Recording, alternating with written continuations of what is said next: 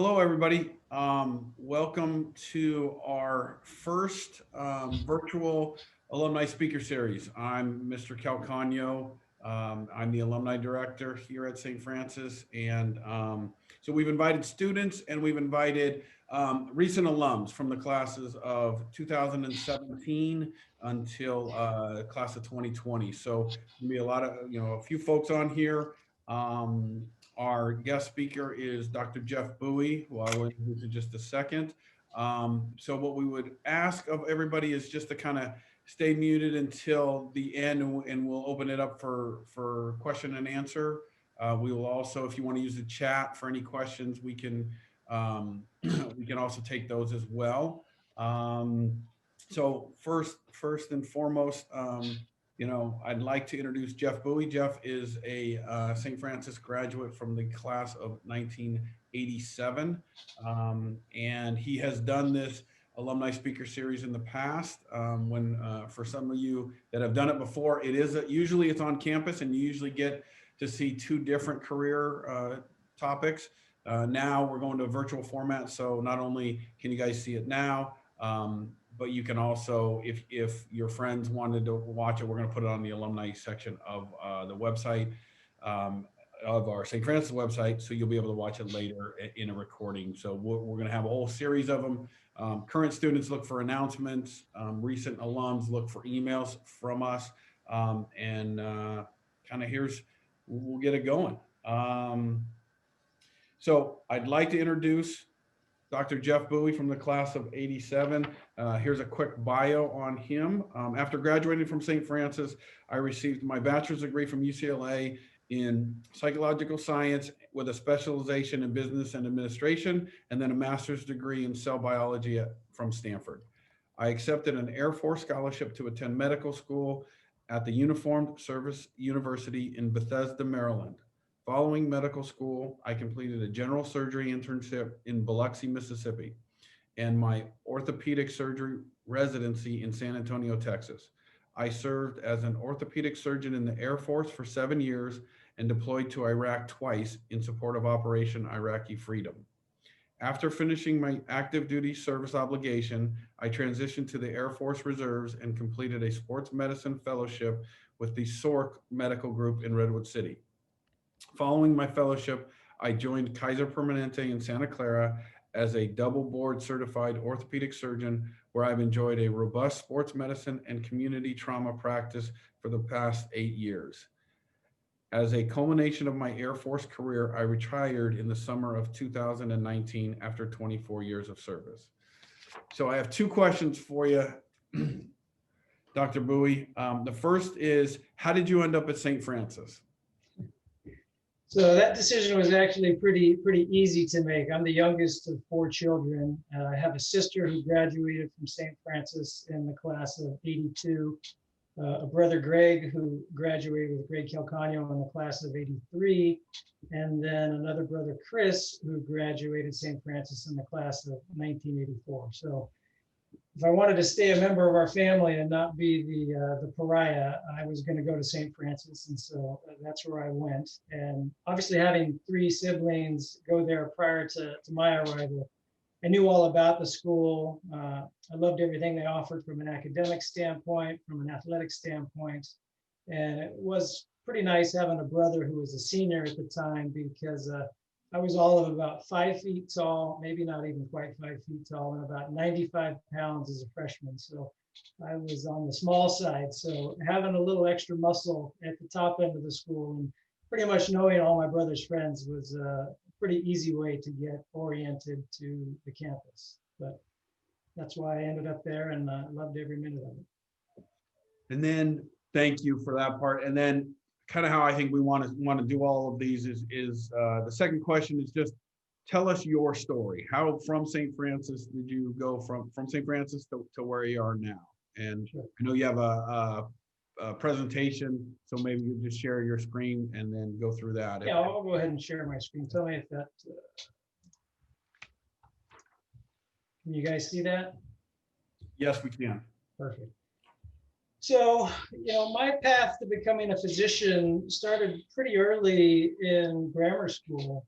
I about in the 5th or 6th grade, my mom was doing something in the kitchen, and I started taking a straw and cutting the straw and did a little bypass on a chicken heart. And for some reason, I always thought I wanted to go into medicine from a really young age. In about the 8th grade, my parents, I went to St. Raymond's, my parents bought a package at the auction where you could shadow a physician in the local community for a day. And his name was Dr. Paul Mills, and he was a physician over at Stanford. He was actually an orthopedic surgeon. So I got to spend a day with him, you know, kind of tagging along. So in the 8th grade, I got to go scrub into a bunch of surgeries. I got to see him do a knee surgery, a hip replacement, and a bunch of other things. And I just really liked, you know, the medical environment. I liked, you know, working with people, and I thought it would be really interesting to be able to sort of, you know, use my knowledge and use my skills to help people, you know, through a difficult time. So from an early age, I pretty much knew I wanted to be a physician. And Mr. Quinn is one of my best friends from high school. Could probably tell you at the time, even back then, that's sort of what I was talking about, what I was going to do. So after leaving St. Francis in there we go. After leaving St. Francis in 1987, I ended up going to UCLA, where I actually didn't study psychological science. I studied physiological science. It initially was a major in kinesiology, but they started to really transition the program to a much more physiologically based study. So it became much more research oriented, much more cell-based. So I was one of the first graduates, actually I was the first year they graduated with a physiological science degree at UCLA. So when I was at UCLA, I knew I wanted to go to medical school. So I did all my hardcore science, you know, prerequisites in my first couple of years, where I took 2 years of chemistry, a year of physics, a year of calculus, you know, sort of all the hard science stuff on top of everything I was doing for my major. I was also interested in business and administration, so I did a specialization in that, which required about another 6 or 8 courses. So I ended up graduating from UCLA in 1992 with sort of a major and a minor. And after that, I ended up attending Stanford to get a master's degree in cell biology. So I was interested in doing some research at the time. I worked on protein sequencing for different disease processes, and ended up finishing my master's in 1995. And then from there, I got accepted to attend medical school at a school that probably most of you have never heard of. And actually, I had never even heard of it myself when I was applying to medical school. So at UCLA, you know, you go through this list of schools. There's about 150 of them in the country, and you just sort of tick off all the boxes when you're applying.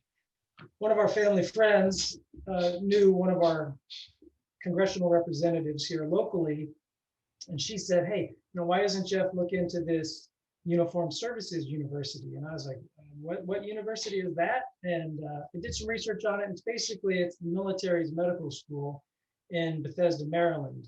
And you apply to that just like you would apply to any other medical school in the country. The difference is if you go to that school, you enter as a junior officer in whatever branch of service you go to. So you could either be in the Air Force, the Army, the Navy, or the public health. I chose an Air Force scholarship, and that's the medical school I went to. So the technical name is the Uniformed Services University of the Health Sciences, but because that's such a mouthful, they ended up shortening it to just the Uniformed Services University, or USU. It's a great medical school right in the heart of Bethesda, just outside the nation's capital. A wonderful place to be, really good faculty, great resources. You know, having been to UCLA and having been to Stanford, I wasn't quite sure what to expect, but I got a wonderful education there, really surrounded by great people, great educators, great mentors, and just a great place to be.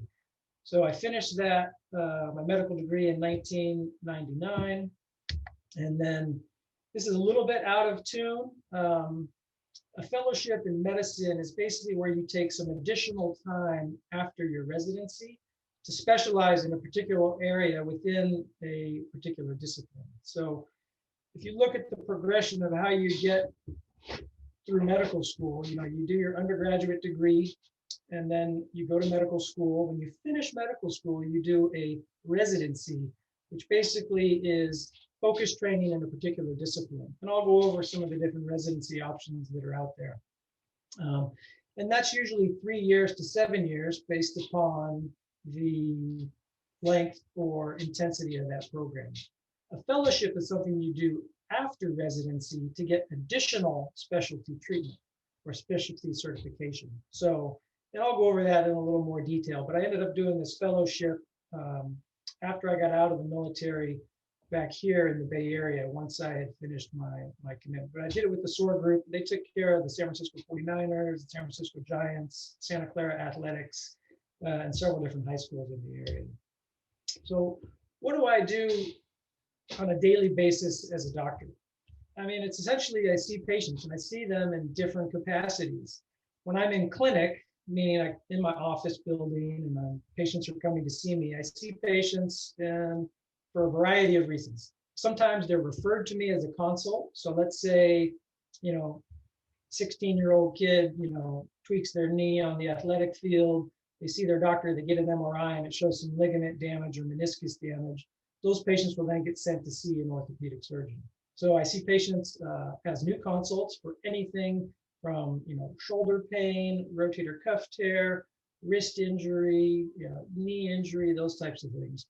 I'll also see patients for follow-ups. So maybe I saw somebody a couple months ago who sprained a ligament in their knee and we were going to treat them with some rehab and some bracing. Then they come back a couple months later, I recheck their exam, I make sure they're healing and make sure they're feeling well. And so you can kind of follow up on patients that way. And then I'll see patients after surgery. Since I have a pretty busy surgical practice, a lot of patients I see in clinic are folks who I've operated on. So they'll come to see me in clinic for various reasons. I do a good history. That's sort of the key to anything in medicine, is you always start with a good history. And over time, as you get really skilled with it, I can probably make 80 to 90% of my diagnoses just by listening to what somebody tells me. And that's just the skill you learn over time as you develop all of the capacities to analyze information, understand anatomy, physiology, and just how the human body responds to either repetitive stress or injury.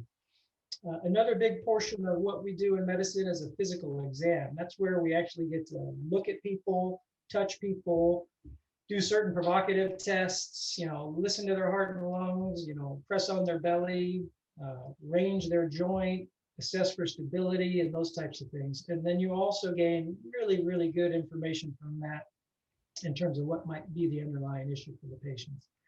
We rely on imaging a lot in orthopedics. So if you come and see an orthopedic surgeon, generally they're going to start with getting some baseline x-rays. Oftentimes I'll order advanced imaging like an MRI, or a patient will come with an MRI, and that will allow us to kind of look at the structure of their body in more detail. An x-ray is really good at giving you the outline of the bones and looking at alignment, but the MRI really shows much more detail in terms of the tendons, the muscles, the cartilage, the ligaments, and those types of things. So I tell patients using an MRI is kind of like looking at their body with a magnifying glass. In medicine, we also really give out a lot of prescriptions. Fortunately, in my practice, I don't prescribe a lot of medicines. I pretty much just prescribe anti-inflammatory medicines, like Motrin or Naprosyn, and other medicines like that. And occasionally some stronger medicines called opioids or narcotics that I use for patients who are having either a severe injury, like a broken bone, torn tendon, or for people who are after surgery. But I have a very limited prescribing practice in orthopedics, whereas if you went into something like internal medicine, where you're managing diabetes and blood pressure and asthma, you're going to prescribe a lot more medicines in that regard to manage those medical conditions. So let's say somebody comes to see me for a 30-minute visit. I'll generally try to spend 20, 25 minutes with the patient, doing the history, the physical, talking about their diagnosis, formulating the treatment plan, and then I'll spend the other 10 minutes or so documenting. Documentation is key. There's a saying in medicine that says, if it's not documented, you didn't do it. And so documentation is really important for several reasons. One of the reasons is you want to relay to your colleagues what your decision-making and your thought process was. So that's sort of where all your medical decision making comes in, where you integrate all that data you take from the history, the physical, and the imaging, and you put it all into a nice assessment and a plan that's spelled out.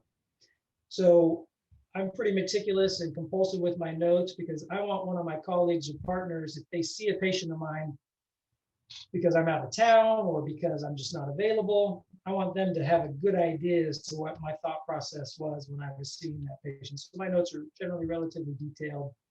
The documentation is important. If ever you get sued in a court of law because the patient's maybe not happy with their outcome, or they thought we did something that was malpractice, you just want to have it documented well from a legal standpoint.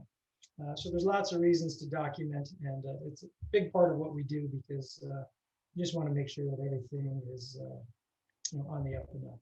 So when people come and see me in clinic, I also do some procedures. So I do a lot of cortisone injections for people who maybe have shoulder tendonitis or knee arthritis, and those can be very beneficial to patients. If they're having pain, they're having swelling, decreased range of motion, or they're limping.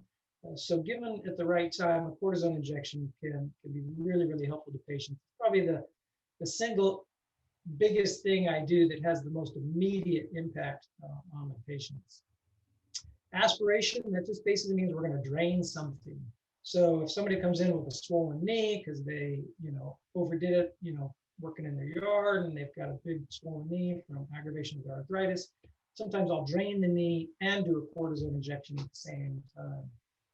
In orthopedics, we take care of a ton of broken bones, and we use a lot of casts and splints for that.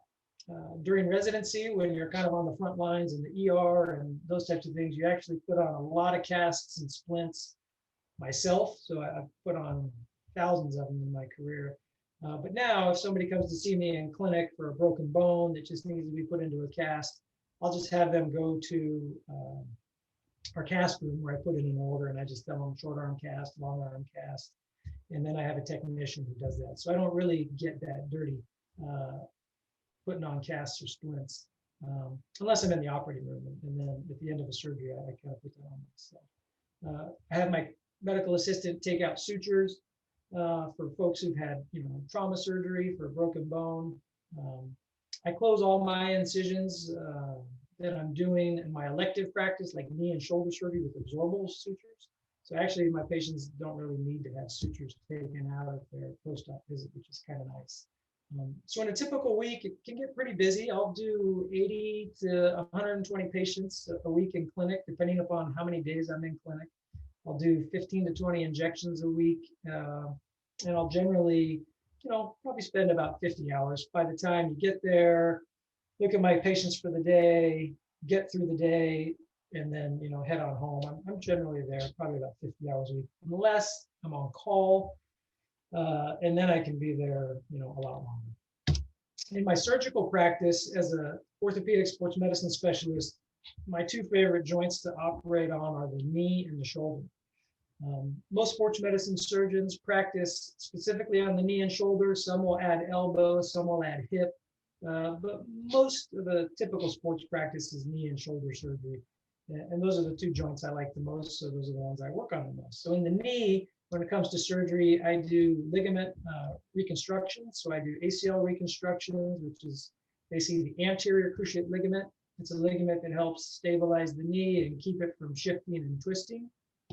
They're very commonly injured ligament in people who play sports, and sometimes in people who just trip coming down the stairs or slip awkwardly off the curb.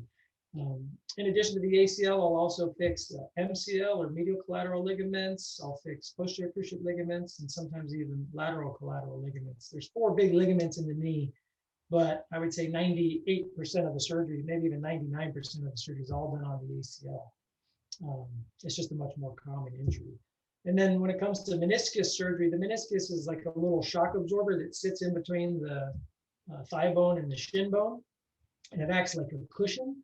And oftentimes that can get torn from an injury or even just from cumulative wear and tear. So sometimes I'll trim out a little piece of the meniscus, like a little hangnail or a flap, which is called a partial meniscectomy. Sometimes I'll even stitch them and repair them, which is called a meniscus repair. So those are probably the 2 most common surgeries I do in the knee, would be an ACL surgery plus meniscus surgery. And then cartilage is an interesting substance. It's really great in shock absorption and compression. And it basically coats all the surfaces in the joints where you have sliding and gliding. So if you look at that picture on the monitor there, that's actually a knee. And that little white disc that's up on top, that's the kneecap or the patella. And then that white area on the bottom, that's the trochlea or the end of the thigh bone. And so those two areas slide and glide on one another. And those two surfaces look pristine. That's what normal cartilage would look like. But sometimes cartilage can get damaged, and that's really what arthritis is. But in younger patients, you can actually have a little pothole in the cartilage where a piece of the cartilage will flake off, and then you end up with a gap. And so it's like driving your car through a pothole. If the pothole is big enough and your car tire hits that, the car gets jolted. So I'll do surgeries to replace and repair torn cartilage as well. Moving on to the shoulder, I fix a lot of rotator cuff tears. I also take care of a lot of young people who have torn labrums. Basically, the labrum is a little gasket that goes around the inside of your shoulder. And if your shoulder dislocates or pops out a joint, obviously you want to get that pop back in as soon as possible. And for folks who have recurrent instability, meaning the shoulder continues to pop out, then generally I'll go in and do surgery to repair that labrum and tighten up the shoulder so people can start using their shoulder again without fear of having it pop out. Most people get arthritis up here at the AC joint. It's that little bump on the top of your shoulder. And almost everybody over the age of 30 develops arthritis in that area, but because there's no movement there, it doesn't really compromise function. But in people as they get older, they can get pain from there. And oftentimes I'll do some surgery just to take out a little wafer of bone from the end of that collarbone. And I do that through a series of little poke holes called arthroscopy. So that's primarily my elective practice. If you come to see me, I do knee and shoulder surgery. And I also treat, knee and shoulder conditions that don't need surgery. From a fracture standpoint, I'll operate on any broken bone, pretty much from the collarbone down to the ankle. I don't do anything in the spine. That's a different set of surgeons who do spine work. But I'll do clavicle fracture surgery. I'll do arm and shoulder fracture surgery, elbow, forearm, wrist.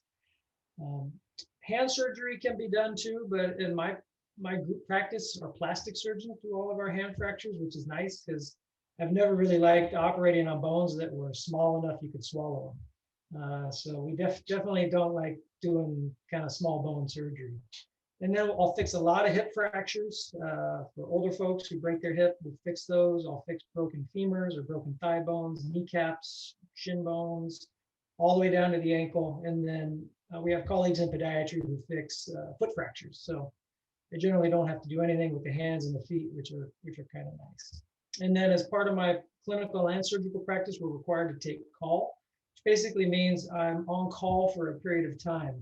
So let's say somebody comes into the emergency room with a hip fracture or a wrist fracture or something like that.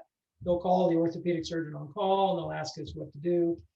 For things that are generally well lined up, I just tell them to put them in a splint and send them home, and then we can see them back in clinic. But for folks who have bigger injuries, like a broken hip or a broken thigh bone where they can't walk, we'll have them admitted to the hospital, and then we'll go ahead and take care of doing those surgeries. In my practice, I take call for a 24-hour period, which means I'm on call from 6 in the morning, let's say Monday morning, to 6 in the morning, Tuesday morning. So basically for 24 hours, I am sort of first call in case they need anybody who has an orthopedic injury.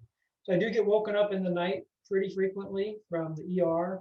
I generally don't have to go in, but you do get woken up in the middle of the night with phone calls from nurses who are taking care of patients on the floor, from people in the ER who have a question or something like that. So taking call can get busy. We have 11 colleagues in my practice, so I only have to take call once every 11 days, which is kind of nice because I have some friends who take call once every 4 days, and that can get to be a lot of extra work. In a typical week, I'll do 5 to 12 surgeries and sometimes take 1 to 2 days of call, just depending upon how it all averages out. So what do I do, in practice? The best parts of my practice are that I get to help people. If you come in and let's say you've got this x-ray, this is an x-ray of a femur, or a thigh bone. And you can see there's a pretty obvious fracture with it that blue arrow is pointing at. So that's a femur fracture. You really aren't going to be able to get up and walk and really do anything if you have that type of an injury. And so, and somebody comes in and sort of their worst moment after a bad injury or an accident, you're really there to help them and try to restore their function and get them back to, as close to normal as they possibly can be. Also in medicine, I'm just one part of a team. When I go to the operating room, obviously I'm the surgeon, but I have a physician assistant who's there to help me.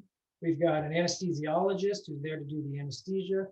There's usually one or two operating room nurses who are there to help get things for the surgery. And then we also have a scrub tech who works on the back table to provide us instruments and those types of things. So I'm just one part of a big team of people, and we strive on being high efficiency teams where we really try to provide the best quality of care for each patient every time. And it's a high standard to live up to because we're obviously human and we can make mistakes, but we've got systems in place that help try to minimize those types of things. And the other thing I really like about what I get to do in my line of work is I get to use my brain, which can think about something like this in a very mechanical type of a setup. I'm really kind of a biomechanical engineer, if you will, when it comes to human tissue. So I like to use my head because I can think about things. What kind of a construct am I going to use to fix this? Am I going to fix this with a rod like you see in this picture? Am I going to fix it with a plate? What's going to be best for the patient? So I get to use all that kind of medical knowledge. I also get to use my hands to kind of line up the fracture, make the incisions, insert the rod, tighten everything down and make it look good so it's going to heal well. And then also, you get to use your heart because you get to exhibit compassion for your fellow human being, and you get to really take care of them in the time of their need. And looking at that x-ray, we call that a femoral nail, meaning it's a femur and we put a nail down the femur. It's got a screw that goes up high into the hip. We call that a cephalomedullary screw. We have all these long names in medicine because part of the biggest thing of going to medical school, and one of the biggest reasons you go to medical school, is to learn a new language. Just like musicians have their language, lawyers have their language, physicians, we clearly have our own language. And that's one of the reasons why medical school takes a while, is you've just got to learn this new language. So that would be, we would call that an antegrade cephalomedullary femur nail with two distal interlocking screws. So you kind of put all that together and you just say, well, we just put a rod in somebody's thigh. So when I tell folks, what am I going to do? I'm saying, I'm just going to put a rod in the bone and we're going to kind of line it up and get it to heal. And when you do something like that, they get to walk on it right away. And that thing tends to heal pretty quickly within about 3 or 4 months. Some of the biggest drawbacks of the work I do, especially being in practice where we do a lot of surgery, is we get complications. I can do a surgery technically perfect, no breaking sterile technique, and they may get an infection, or they may not heal their fracture, or they may get a blood clot, or something may happen that we didn't anticipate.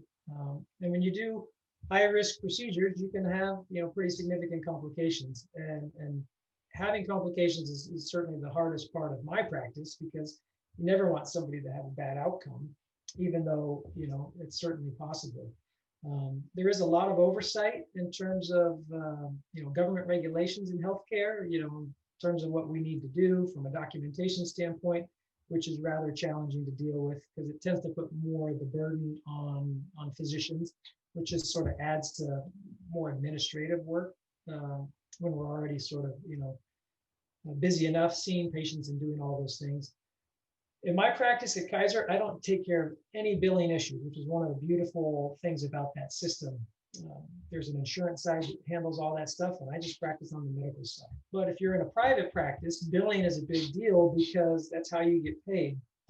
And that can be a challenge for people because oftentimes you're fighting insurance companies to get reimbursed for the work that you've done. And that can be frustrating when you've already, like I said, working really hard and spending all this amount of time taking care of patients. You don't want to have to fight for something that you think you're owed. And looking to the future, obviously, government's going to have a big say in terms of healthcare because they spend a lot of money on healthcare. Right now, we just had a presidential election where maybe one of the parties is interested in doing Medicare for all or having government-run healthcare. That's certainly one way to go. Wouldn't probably be my desired way to do things, because I think there's other more efficient ways. But government's going to have a big say in terms of how we deliver medicine in the future, and a lot of that's going to be out of my control, and certainly out of physicians' control for the most part.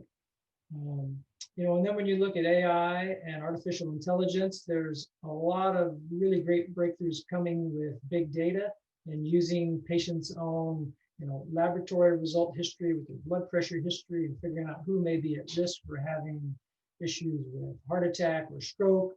So you may see some new therapies directed at people to prevent conditions as more of this AI stuff comes online. So how do you get into medical school if it's something you want to do? Well, you have to take this test. It's called the Medical College Admissions Test, or the MCAT. So that's a big part of the application. If you look at people who get into medical school, their average college GPA is about 3.6. And in our country, there's 155 physician MD programs, and then there's 36 DO, or Doctor of Osteopathy programs. So the traditional schools are the MD programs, and sort of the non-traditional schools are the DO programs. You graduate from both schools with a medical degree. One's got an MD and one's got a DO, but you can both go out and practice medicine. You can both do residencies, and you can, both take care of patients. So a DO program may be a different way to go. If you look at data from this year, there were 53,030 applicants to med school. A lot of people wanted to get in, but there was only like 22,000 people accepted because there's a limited number of spaces. So it's about almost 2.5 to 1 in terms of the number of people applying to the number of people getting in. So it's rather competitive. And if you look at each student who applied, each student applied to 17 different schools. Now, as some of you come up on college, you may think, oh, I might apply to 5 schools or 10 schools or 20 schools. The same thing sort of happens when you apply to medical school. You kind of maybe have to take a shotgun approach, go to some of your dream schools, have some of your middle of the road schools, and maybe have a couple safety schools. So that's some of the data from this year in terms of the admissions process. In California, between MD and DO schools, there's 14 schools in California. And that's about 1,800 medical school slots. So obviously, getting one of those 1,800 slots is pretty challenging, but it's certainly possible. So when you go to medical school, you kind of just break it up into 2 different halves. The first 2 years, you're out there basically doing all the book work. They're sort of the academic years where you're learning all the different disciplines of medicine. The first year is sort of spent learning how everything is supposed to work, and then the second year is sort of spent how everything goes wrong. When you start to get, kidney disease and lung disease and all these other kinds of things. But your first 2 years, you're pretty much just doing the books, grinding it out. And then at the end of your second year, you take the first part of the U.S. medical licensing exam, and they just recently made that pass-fail as of, I think, last year. So that's a recent change that the medical licensing examination group instituted. It used to be a numbered score. And then your third and fourth years of medical school are your clinical years. Your third year is your biggest year. And that's where you rotate through all the different disciplines. And that was probably, at the end of my third year, that was probably the smartest I was in terms of like grossly accumulated knowledge, because I pretty much knew most things about almost every discipline in medicine. So you've just got this massive amount of knowledge, and it gradually starts to whittle away the more specialized you get, because, obviously I don't need to really know about blood pressure management and diabetes and all these other kinds of things. I pretty much just get to stick to orthopedics. And then at the end of medical school, you take the second part of the USMLE. That's a scored test. But then you graduate from medical school with your MD or your DO, and then you go out and you start your residency, which basically is, fortunately, now they cap the number of hours you work with down to about 80 hours a week, which is still like working 2 full-time jobs when you think about it. I did my surgery internship in Mississippi at a time when there were no residency work hour restrictions, and I was regularly working 100+ hours a week. I mean, literally, I would get up at 3 in the morning. I'd go round on my patients. I'd pre-round on my patients. I would go round. I would then go do surgeries all day. We would round at the end of the day. I would write all my notes and orders for the evening. I'd get home probably around 10, and then I'd lather, rinse, repeat, and do it do it the next day. So it was just a unbelievable amount of time, which definitely builds resiliency, builds skills, but it was too much. And so now, fortunately, there are work hour restrictions, but you're still going to work essentially like 2 full-time jobs. And then during your internship, which is your first year of your residency, you take this part 3 of the United States Medical Licensing Exam. And once you pass part 3, you can be an officially licensed physician. So when you do your residency and fellowship, you have to figure out what area of medicine you want to practice in. And some people know right away when they're starting medical school. Some people kind of figure it out during the 3rd year when that light bulb comes on during that rotation of pediatrics or internal medicine or OBGYN. You sort of start to realize where you think you're going to end up. So when I started medical school, I was thinking either cardiology, emergency medicine, or orthopedics. And during my 3rd year, I was pretty much knew I was just going to do orthopedics. So if you want to be a heart surgeon, it's going to take 7 years after medical school to get fully trained. It took me 5 years. Actually, it was 6 years because I did the fellowship. So, I mean, just do that math. You've got 4 years of college, you got 4 years of medical school, that's 8 years, plus 6 more years of residency and fellowship. So for me, that was a total of 14 years post high school education. That's a ton of time, but it's a great investment in yourself. And it's something that, I definitely am so glad I chose to do what I did. And I would absolutely recommend you following your hearts and your dreams if it's something you really feel passionate about. Because looking back, I wouldn't have changed any of the decisions I made, either going to medical school, joining the Air Force, or becoming an orthopedic surgeon. I absolutely would do it all over again if I had the chance.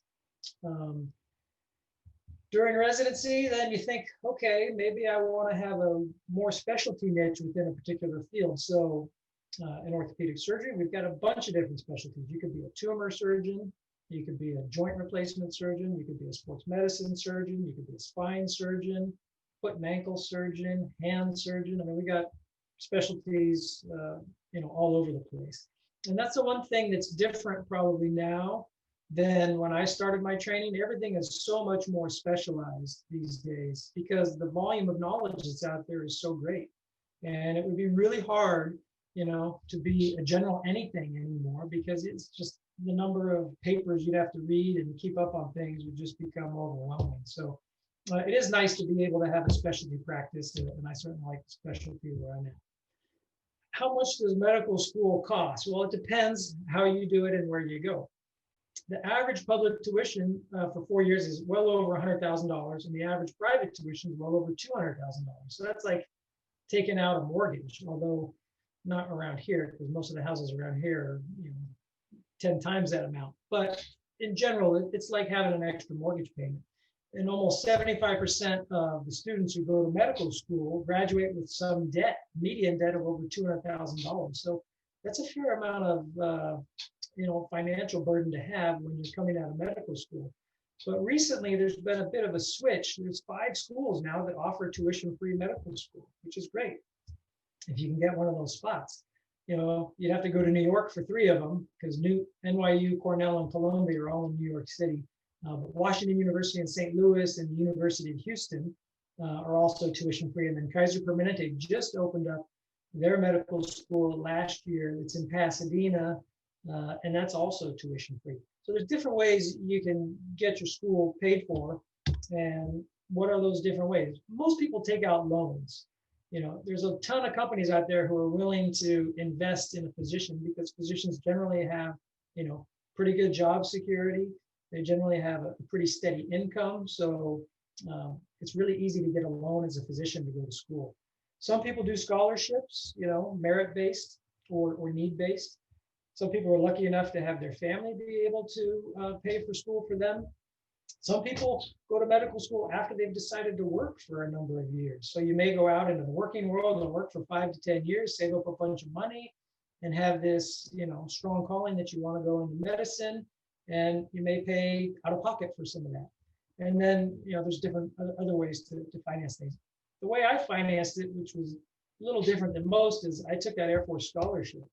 So when I signed up for that scholarship, I went to a medical school where I had no tuition, didn't have to pay a single penny, and I actually got paid a junior officer's salary when I went to school. So believe it or not, I was getting a paycheck as a medical student, which was nice at the time. I could pay the bills and could focus on my studies, and it worked out nice for me. On the downside to that, if you went the military route, is for every year of school they paid for me, I had to pay back like 1.2 years. So it ended up having a 7-year payback. So when I finished medical school, I went to do my residency in the Air Force, and that was 5 years. And then I started my payback after that. So I had to do 7 years as an orthopedic surgeon, which for me was great. I got to live out near Travis Air Force Base in Fairfield, so I was relatively close to home. I got a 3-year assignment to Aviano Air Base in Italy, where I was the sole orthopedic surgeon for our fighter wing and the airborne brigade for the Army in Vicenza. And those 7 years were great. Our kids were young. We got to travel all over the world. I got to take care of, great patients and just practice good medicine in some really fun places to be. So that's how I financed medical school. I didn't know any money, but I owed time. And hard to know what your time is worth. I think looking back at it, probably came out a little bit behind financially because I ended up in a really one of the more lucrative specialties.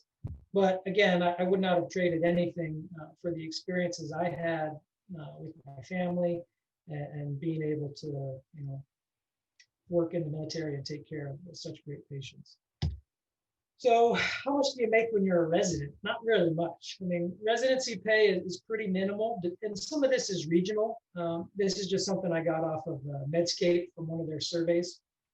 But generally, your first year out of medical school, you are called a PGY1. So that's postgraduate year 1. So right now, I'm technically a PGY 21. Because I finished medical school in 99 and now it's 2020. So I've been out 21 years. So I'm a PGY 21. But if you look at the salaries, you'll be able to pay some bills. You're probably not going to be able to pay too much on your student loans. And some of it's going to depend on where you live. If you live around here in the Bay Area, it may be a little bit tricky, but maybe you've got a spouse or a significant other who's got a job, or you've got some money saved up, or you've got some parents who can help, but you're not going to make a ton of money as a resident. You really start making more money when you become an attending. And so if you look at average income from last year, and this is sort of, again, from the Medscape survey, you've got a scale from 0 to basically $500,000, and you've got pretty much most every specialty somewhere in that continuum.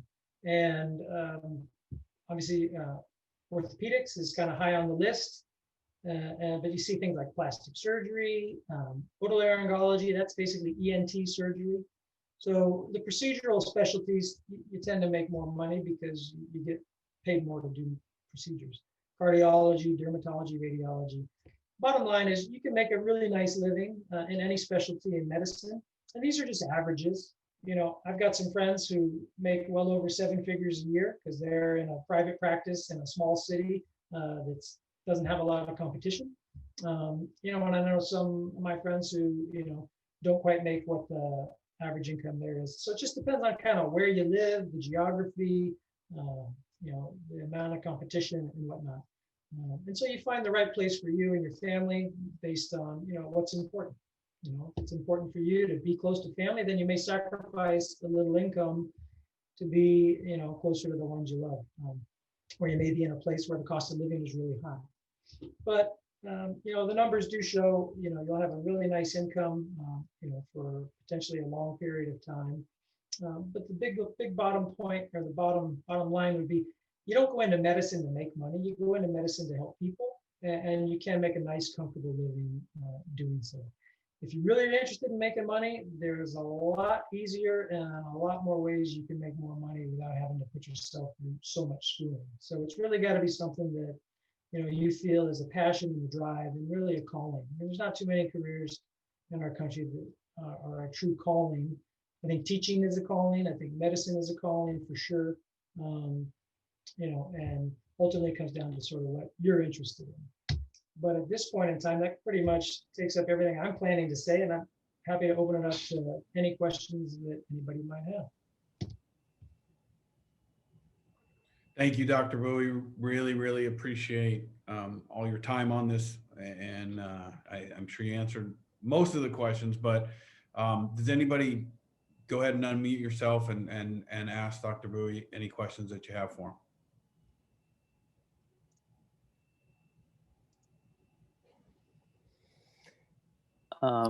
How strenuous was like medical school, and how like satisfying was the white coat ceremony? Good question. You know, it was a fair amount of time ago, and sometimes, you know, those memories sort of fall to the wayside. I was engaged during medical school, got married actually during medical school to my wife. And it was a fair amount of work, but I treated it like a job. So when we moved back to Washington, D.C., my wife was working for a physician's medical practice in Chevy Chase, Maryland. We only had one car at the time, so she would drop me off at school in the morning.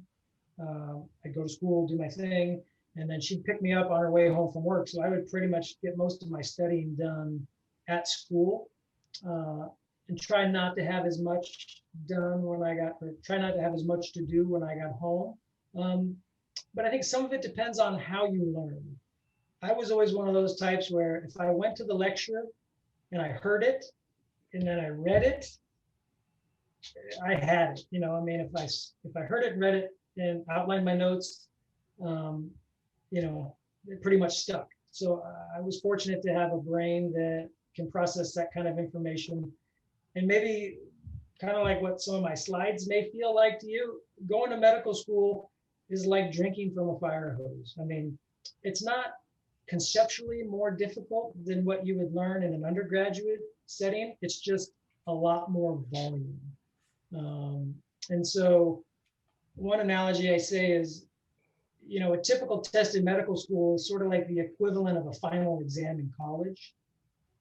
It's just, you know, a fair amount of information.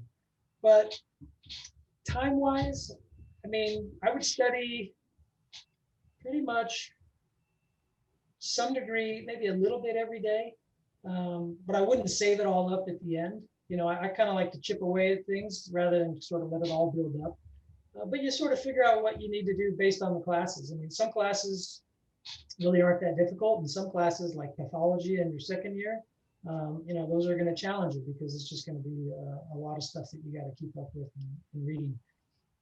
But I think some of it depends on your learning style. And I think it'd probably be easier to go to medical school today than when I went, because I'm sure everything is much more digital. I think the syllabus would be much more clear and concise. And you just got so many different ways you can access, you know, information. I was, you know, back in the old day where 4-color pen, I mean, outlines of I outlined everything I read. And then when I went back to study, I would just study off of my outline. So I was trying to sort of cone down the information to make it more manageable. And I got to the point where, you know, you can kind of tell what the professor is gonna put on an exam if you go to class and go to lecture. But that said, it's not all work. I mean, you know, I watched TV shows, I went to concerts, I worked out. I mean, I definitely had a life, and it wasn't all books. In fact, I went to a 2-day concert festival in my third year of medical school, right before my internal medicine final.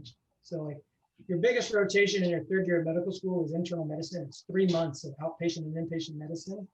And your final exam is basically a board exam plus a written essay exam. But it's information you accumulate over months and months and months. There was this really good concert, and so I went to this concert Saturday and Sunday and showed up on Monday with my ears ringing and took my final and got high honors in the class. So you can still have fun. That wasn't a Dave Matthews concert, was it? No, and it wasn't a U2 concert either. It was the Tibetan Freedom Festival in RFK Stadium. So it was Dave did play, but like the Chili Peppers played, Pearl Jam played, REM played. It was a bunch of big groups. Who else has a question? And for those of you that don't know, Mr. Quinn and Mr. Bowie are classmates from St. Francis too, so they go way back. He took me to my first U2 concert, so my obsession is entirely on him. That was still the best show I've ever been to, by the way. I know, I'm with you. 1987 Joshua Tree, Cow Palace, 8th row. That's the one. That was a good night. Dead center. Right there. Jeff, let me ask you this question real quickly. Sure. So I know you having gone the military route, you did, a lot of your work domestically, but you also, worked in the field, right? How did some of that military experience, in the field, I guess, I mean, if I have that accurate, but how did that contribute to, your success or your knowledge or your experience as you have moved into, your practice at, or your work at Kaiser? Mm-hmm. Yeah, it's, I spent 10 months, 5 months the first time, 5 months the second time, deployed to our theater hospital in Baghdad and Balad, Iraq, taking care of basically trauma casualties from, combat operations. And over there, you see things that you never would see in a civilian ER setting unless you were working, in Boston when the bombing happened, or in Las Vegas when the shooting happened. 90% of the trauma you see in the States is blunt trauma, car accidents, falls, trips, those types of things. Whereas 90% of the trauma you see in combat is penetrating trauma. Things blow up, other things penetrate the human body, and you just see sort of the downstream effects of that. I've been lucky to be able to have a brain that can kind of compartmentalize some of those things. But when you're out in the field, my algorithm was relatively simple. It was either limb reconstruction or amputation. And 98% of the time, the anatomy and the degree of tissue damage will tell you what you need to do. So it gives you an appreciation for what the human body can tolerate from a trauma standpoint. And it also gives me the confidence to know that whenever I walk into a trauma bay, I'm never going to see anything here like I saw over there. And so you just stick to your principles of, making sure they've got a patent airway and that the patient's breathing. You want to make sure that you can control bleeding, and those types of things. And then once you get the patient stabilized, then you can go through your, treatment algorithms for limb salvage or amputation. And that's where you really rely on, your intimate knowledge of anatomy and physiology. After all the training I've done, I probably only use maybe 2% of what I learned in medical school. I'll be honest with you. You really learn most of what you're going to do in medicine in residency, but you use medical school as a foundation to help you analyze data, synthesize data, talk to colleagues, learn a language, and understand, just how the human body functions. But you really don't learn what you're going to do, till your residency, and that's where, most of your learning comes from. Very nice. What drew you to orthopedic surgery over the other specialties? Yeah, that's a great question. So I'm rather type A, and I kind of like to be in control of as many things as I can. And in orthopedics, I really like the ability to look at an x-ray and know what I was going to do before I even met the patient. And that allows you to connect with the patient on a different level. And I also like the fact that I'm sort of responsible for giving the patient the best outcome possible. I mean, obviously I can't control things like whether or not they're a smoker, whether or not their diabetes is poorly controlled, whether or not their blood pressure is poorly controlled because they're not taking their medicines. But I can't control where I insert the rod. I can't control where I place the plate. I can't control where the screws go. And I just like fixing things. I mean, I've always been really inclined to be able to fix things with my hands. And orthopedics is the perfect specialty where you can put all those things together and really make a magical difference in someone's life. There's nothing more satisfying than seeing somebody in the ER whose leg is bent and they're in really significant pain and they can't walk. You take them to the operating room, they go to sleep, you get everything lined up, you put in the rod and the screws, the leg is straight, they can move, they can get off, they can go to the toilet, they can actually stand up and put weight on their leg within hours of you doing the surgery, and it's nothing short of miraculous. So it's it's a great specialty because you can really, I mean, there's a saying that in medicine, I don't know if it's in medicine or if I came up with it, but it's general surgeons save lives and orthopedic surgeons make life worth living. So we are really in the specialty of improving people's quality of life. We get rid of their arthritis by doing a hip or a knee replacement. We fix their broken bones. We repair their torn tendons. And when you've got somebody who's got a condition where they're never going to walk again unless you fix it, one, the decision to do surgery is really easy, and it's really satisfying when that surgery turns out well.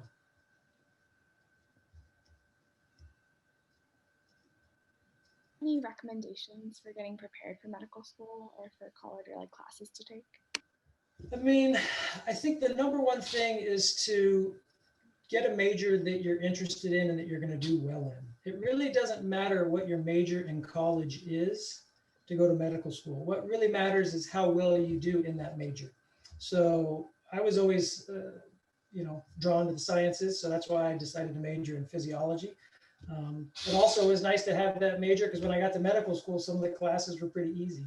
But if you were interested in literature or political science or business, you can still go into that major. And as long as you do really well, you can go to medical school. The hard part of balancing majors that aren't really science oriented is that you still have to do all those prerequisites on top of that. Meaning if you're a literature major, you still got to do all the chemistry, the biochemistry, and that doesn't really overlap well with, a major in English or something to that effect.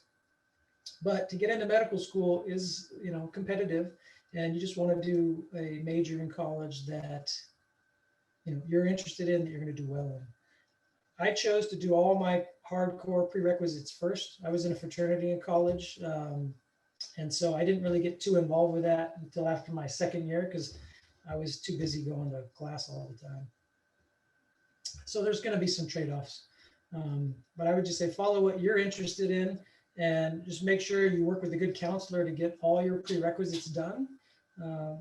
And then figure out when to take the MCAT and get all your applications ready to go. I'm sorry someone already asked this question, but did you ever have any issues dealing with blood? And if so, how did you overcome that? Yeah, really good questions. When I was in the 8th grade, I went and observed that surgery with Dr. Mills, and he was operating on a gal and he was doing a knee surgery, and the blood wasn't what got me, but I was standing there watching him, and he took this big metal thing and jammed it into this patient's knee, and I kind of got sick to my stomach, and I was like, oh boy. And I said, hey, Dr. Mills, I'm feeling a little, nauseous over here. He goes, oh, okay. Sometimes that happens. He goes, just don't picture yourself as the one who's having the procedure. And I was like, that's probably pretty good rule of thumb or a pretty good recommendation. So the blood never really bothered me. And early in my career, you never really want to make somebody uncomfortable, and there's, depending upon the specialty, there's sometimes not a lot of blood. I mean, a lot of these surgeries I do, you'll measure the blood loss in maybe a teaspoon or two. It's just some trickle from the skin. You get into more blood loss if you're doing open abdominal surgery or vascular surgery or things of that nature.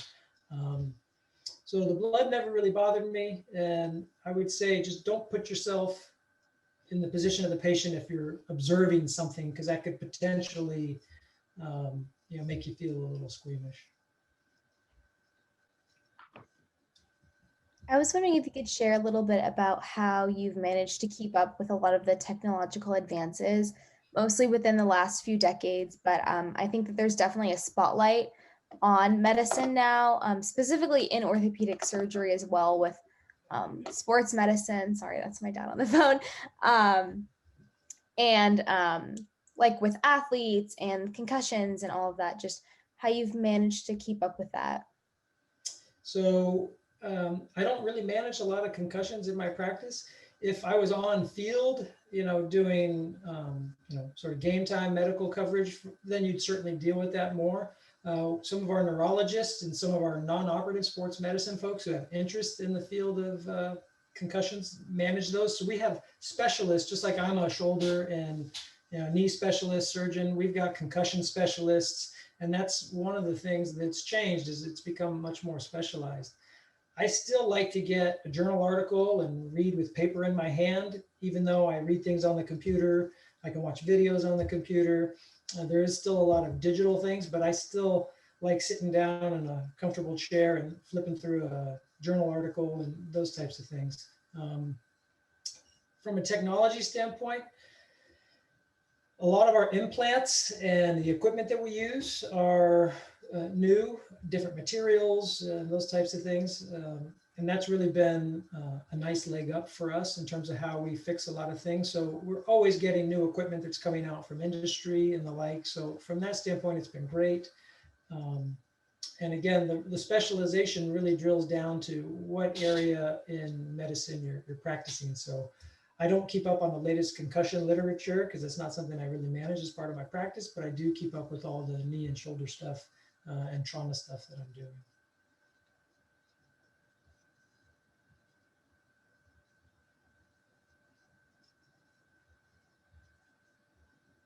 Anyone else have a question?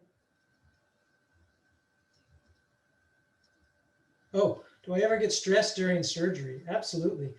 Somebody wrote that on the chat. And, some surgeries, I've probably done, I don't even keep track anymore. I've probably done maybe 8 or 10,000 surgeries in 21 years. So it's a lot of surgeries, but there's still some surgeries that will come my way that I still have never done. And so sometimes there is some anxiety or some anticipation of, maybe what's going to happen. Because a lot of what we use is our clinical experience. And when you've done things a certain way for a long period of time, coming across something that you've never done before can be a little bit intimidating. And let's say I'm doing an amputation on somebody who's got really, really calcified arteries and they just keep bleeding through the tourniquet and there's a lot of bleeding. Yeah, that gets very stressful, because you got to understand your anatomy and be able to manage all those things. But it comes down to, one, taking a deep breath, relying on your training, relying on your principles. There's so many operations I can do now just almost without even looking because it's just part of my muscle memory. I just know sort of how to manipulate and move things, how to angle my hand this way, how to angle my hand that way. There's just things that you pick up over time through proprioception, feedback, and experience. But absolutely, surgery is stressful. And I always sort of believe if I'm not doing a couple surgeries a month where I'm not a little stressed, that I'm not, upping my game. I'm not, staying as current as I need to be. You can't just keep doing, all the cookie cutter stuff and the bread and butter stuff, because if you do that, you won't get better. So there's always something in our profession, especially as surgeons, is sort of honoring our craft or honing our craft. And it's something that, you do a lot with the surgeries we do, but if you're not pushing the envelope and getting yourself into that uncomfortable zone, it's really hard to get better.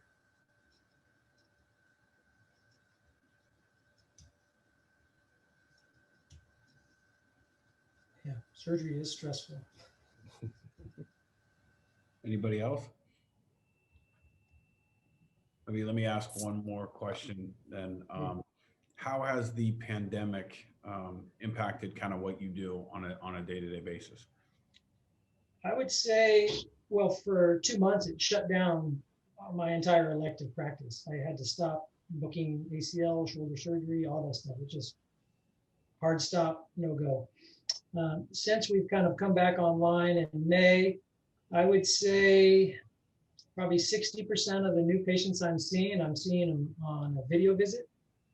We have a very nice smartphone application through my work where it basically becomes like a secure HIPAA compliant FaceTime through our own medical network. So I can be home, I can be in the office, and I can be seeing and evaluating patients virtually, just like we're doing today. So that's been the biggest change, is that we've moved to a pretty significant amount of our care being delivered is now virtual. And that works well for my post-op patients. I mean, let's say I did an ACL surgery on somebody 2 weeks ago, and they need to come in for their post-op visit, and they're on crutches, they're in a brace, their knee's still swollen, they got to get in the car, they got to drive, they got to wait in the lobby, and then they got to come. Now I just see them from home, and they can show me their incisions, they can show me their knee range of motion. It's great, and they don't even have to leave the comfort of their own house. And my clinic has allowed us to work from home twice a month. So actually, I'll see 2 clinics a month from home, from this office, and I'll just be seeing and talking to patients just like this. Some other aspects that it's actually made it more efficient. We don't have people waiting in our hospital lobbies anymore for their loved ones. We now have a secure messaging text system. So every operating room that we're in, the operating room nurse documents everything that's happening during the case. They update the computer on when the patient got into the room, when the surgery began, when the surgery is starting to close, when the patient is out of surgery in recovery room. And family members now will get an automatically generated text message with those updates real time. So family members can wait wherever they're comfortable, and they don't have to be in a waiting room, with a bunch of other people. That's something that's gotten a lot better, and patients and families love it. When family members now come back to the hospital to pick up their loved one after surgery, we have gathered all the medications. We've already gotten all the discharge instructions. We wheel the patient out to the car. They open up the door, we put the patient in the car, and they drive home. So it's really made things a lot more efficient in some respects. And I think the patients like it too, because the studies show that for one patient to come to the hospital for an appointment with a doctor, it takes about 2 hours and 20 minutes out of their day to leave work or home, drive, park, wait, see the physician, leave, drive home, or drive back to work. And so if you can save 2 hours and 20 minutes and still get the same quality level of care, and that's a win for the traffic on the road, and it's a win for the patients.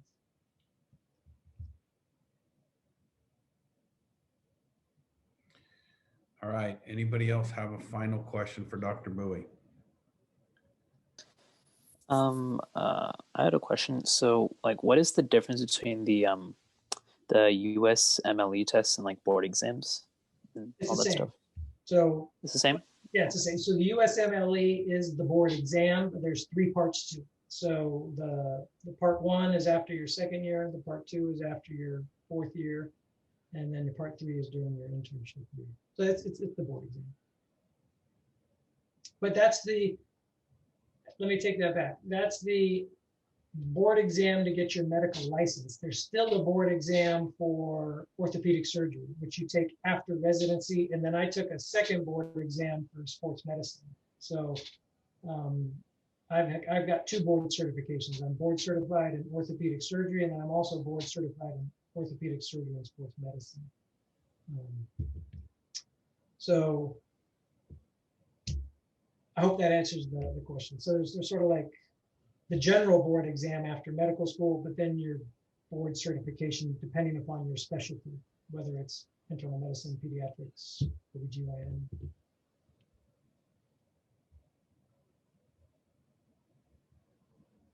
Anyone else? Okay, well, Dr. Bowie, thank you very, very much. We went even over our allotted hour, so we appreciate your time.